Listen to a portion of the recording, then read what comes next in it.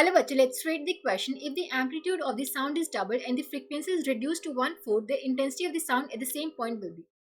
तो क्वेश्चन देखें कि amplitude of the sound double हो गया, फ्रीक्वेंसी 1/4 हो गई, सो intensity of the sound at the same point क्या हो जाएगी। अब देखो, मान लो पहले एम्पलीट्यूड ए था और फ्रीक्वेंसी एफ थी, अब एम्पलीट्यूड डबल हो गया यानी कि 2a हो गया, और जो फ्रीक्वेंसी नहीं हो गया वो क्या हो गई, f/4 1/4 हो गई। ठीक है, हमें इंटेंसिटी ऑफ द साउंड बतानी है एट द सेम पॉइंट, वो कैसे चेंज होगी।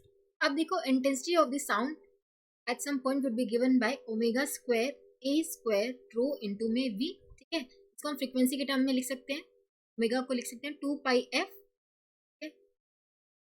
is amplitude, rho is the density and v is the velocity। तो क्या आ जाएगा 4 square f square a square rho v।